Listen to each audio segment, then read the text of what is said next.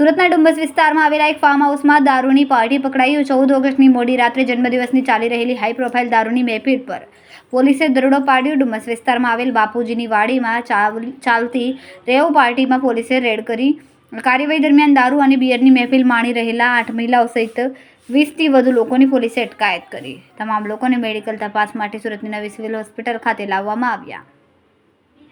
ડુમ્મસ પોલીસે કુલ 35 લાખના ઉપરનો મુદ્દામાલ જપ્ત કર્યો।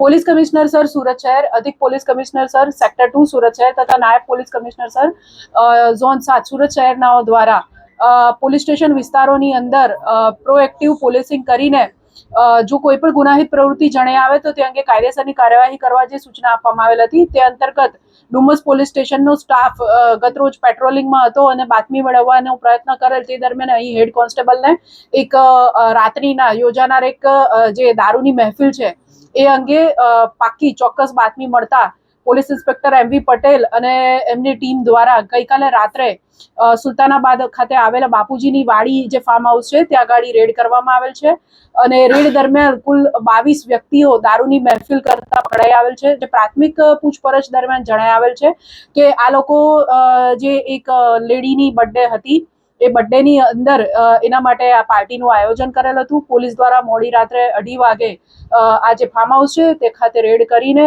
તમામ જે કાયદેસરની કાર્યવાહી કરવામાં આવેલ છે અને જે પ્રોહિબિશન એક્ટ છે એની સંબંધિત કલમો હેઠળ ગુનો દાખલ કરીને આગળની કાર્યવાહી કરેલ છે। આ કામે જે મુદ્દામાલ પોલીસ દ્વારા જપ્ત કરવામાં આવેલ છે તેની વિગત જોઈએ તો સ્થળ ઉપરથી રેડ કરતા એક વિસ્કીની બોટલ પેક તથા અન્ય અલગ અલગ પ્રકારના દારૂ જે છે એની 5 અર્ધભરેલ બોટલ તથા બિયરના ટીન અને સોફ્ટ ડ્રિંક્સની બોટલ વગેરે મળી આવેલ હતું।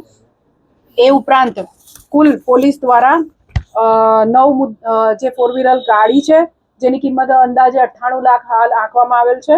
24 નંગ મોબાઈલ જેની કિંમત 6,67,000 જેટલી ગણી શકાય। એમ મળી કુલ 1,04,67,000 જેટલો મુદ્દામાલ પોલીસ દ્વારા આ કામે હાલ પોલીસ સ્ટેશન ખાતે મુદ્દામાલમાં જમા લેવામાં આવેલ છે।